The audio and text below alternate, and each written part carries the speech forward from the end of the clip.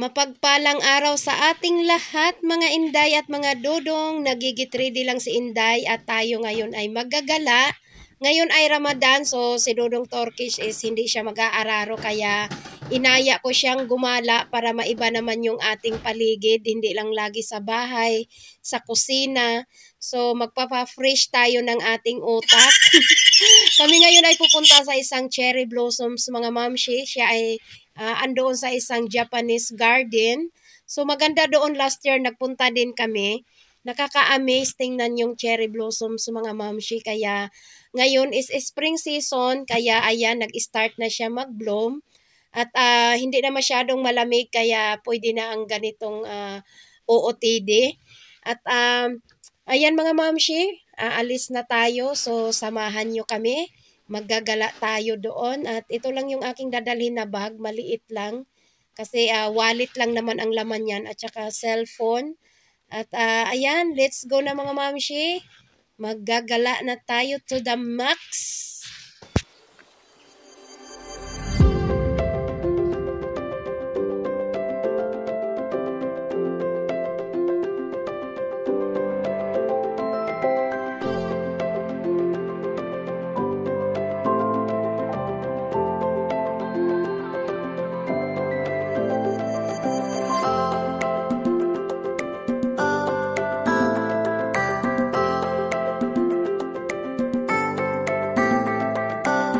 Andito na kami mga mamshi, but before tayo pupunta doon sa puno ng mga cherry blossoms, dito muna tayo magpacharot-charot sa ibang mga view.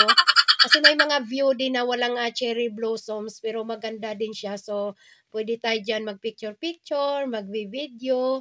And then, meron ditong part na may mga bato-bato siya na malalaki and then may tubig. So, pupunta din muna kami doon. Malilim doon mga mamshi, maganda siya doon.